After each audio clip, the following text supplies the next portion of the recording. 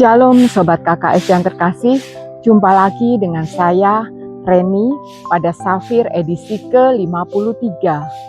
Minggu ini adalah Minggu Paskah yang keempat, dan pada minggu ini bacaan Injil diambil dari Injil Yohanes bab 10 ayat 1 sampai dengan 10. Injil Yohanes minggu ini berbicara tentang salah satu 7 aku dari Yesus, yaitu akulah pintu. Dalam perikop ini tidak hanya berbicara tentang pintu, tetapi juga tentang gembala dan domba-dombanya. Perumpamaan ini ditujukan kepada orang-orang Farisi yang kita tahu sangat berseberangan dengan Yesus. Sobat KKS, apa yang terbayang dalam benak kita saat membicarakan tentang pintu? Pintu adalah jalan keluar dan masuk ke suatu ruangan. Dan hanya melalui pintu itulah kita bisa masuk dan keluar dari ruangan itu. Pintu juga berbicara tentang sesuatu yang eksklusif. Misalnya pintu rumah kita. Kita tidak akan mengizinkan sembarang orang untuk masuk melalui pintu rumah kita. Tentunya hanya orang-orang yang kita kenal yang diberikan izin untuk masuk dan keluar. Bila ada orang yang masuk ke rumah kita tidak melalui pintu rumah kita, tentunya orang tersebut adalah pencuri atau perampok. Nah, dalam ayat yang pertama, Yesus memberikan gambaran tentang perbedaan antara pencuri dan gembala. Siapa yang masuk ke dalam kandang domba tidak melalui pintu, tetapi dengan memanjat tembok. Inilah gambaran seorang pencuri atau perampok. Sebaliknya, siapa yang masuk ke dalam kandang melalui pintu, dialah sang gembala domba. Sobat KKS, seperti apakah gambaran kandang domba pada zaman Yesus? Ternyata sangat berbeda dengan gambaran kandang di zaman sekarang. Pada zaman Yesus, kandang domba tidak memiliki daun pintu dan hanya berupa celah yang bisa dilewati oleh domba-domba. Jadi, di manakah pintunya? Gembala domba adalah pintu yang berjaga sepanjang malam agar domba-domba tidak keluar dari kandang. Gembala domba akan mempertaruhkan nyawanya demi menjaga keselamatan dombanya, yaitu menjaga domba-domba tetap aman di dalam kandang. Kandang domba di zaman Yesus juga tidak seperti kandang zaman sekarang. Kandang domba memiliki tembok yang pendek. Karena itu, Yesus mengatakan, siapa yang masuk ke dalam kandang dengan memanjat tembok, pastilah dia seorang pencuri. Mengapa Yesus menggunakan perumpamaan domba?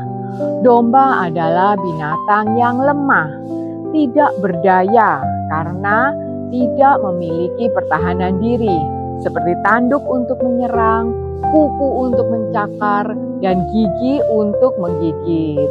Domba juga mudah tersesat. Karena itu, domba sangat mengandalkan gembalanya untuk menuntunnya mencari makan dan kembali ke kandangnya. Selain itu, domba adalah binatang yang sangat bernilai. Karena itulah, gembala akan menjaga keselamatan domba-domba dengan melindungi dan menjaga domba-dombanya agar selalu aman di dalam kandang. Sobat KKS, ada 2 poin yang akan saya sampaikan berdasarkan Injil Yohanes minggu ini. Poin pertama, jaminan keselamatan. Yesus adalah satu-satunya pintu keselamatan kita. Artinya, hanya melalui Yesus kita akan memperoleh keselamatan, yaitu kehidupan kekal bersama Bapa di surga. Di luar Yesus atau tanpa melalui Yesus, tidak akan ada keselamatan seperti yang sudah dijanjikannya pada saat Yesus hadir di dunia, wafat di kayu salib, dan kebangkitannya untuk menebus dosa kita. Selain itu, Yesus juga akan menuntun kita ke padang rumput.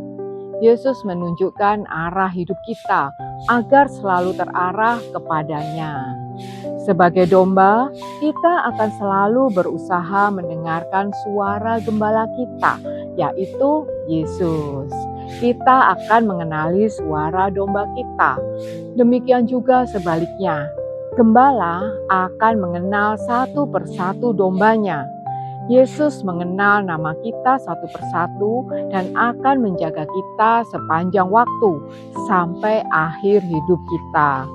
Yesus akan selalu ada bagi kita dimanapun dan kapanpun.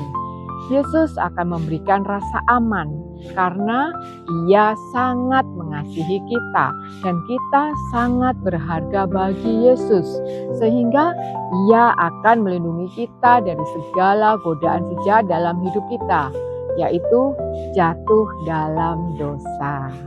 Poin yang kedua, jaminan pemeliharaan. Yesus sebagai pintu juga berarti jalan bagi kita untuk memperoleh pemeliharaan Tuhan.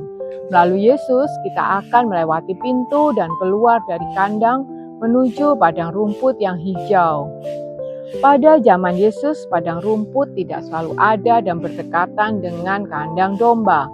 Saat musim kering, gembala akan menuntun domba-dombanya menuju padang rumput yang letaknya jauh dari kandang. Sebagai dombanya, kita akan mengikuti arahan gembala kita, yaitu Yesus. Pada saat menghadapi kesulitan hidup dan seolah tidak ada berkat di dalam hidup kita, walaupun kita sudah berdoa, tetapi jawaban doa tidak kunjung tiba, dan kita kehilangan harapan dalam waktu yang panjang. Tetapi kita akan selalu percaya bahwa Yesus akan menunjukkan pemeliharaannya pada waktunya. Di ayat yang ke-10, Yesus berjanji akan memberikan kehidupan yang berlimpah. Kelimpahan yang dimaksud bukan hanya kelimpahan secara materi, tetapi tentang hidup yang berkualitas dan tanpa rasa khawatir. Yesus akan menuntun kita ke padang rumput yang hijau dan air yang tenang, yaitu rasa aman dan damai sejahtera karena hidup kita selalu dipimpin oleh-Nya. Sobat KKS, dari 2 poin yang saya sampaikan, kita bisa merefleksi hidup kita. Apakah kita sudah hidup di dalam Yesus yang adalah pintu, ataukah kita masih hidup di luar pintu dan mengandalkan akal pikiran kita sendiri dalam menghadapi permasalahan kita. Semoga Tuhan selalu memberkati dan menuntun kita ke padang rumput yang hijau. Amin.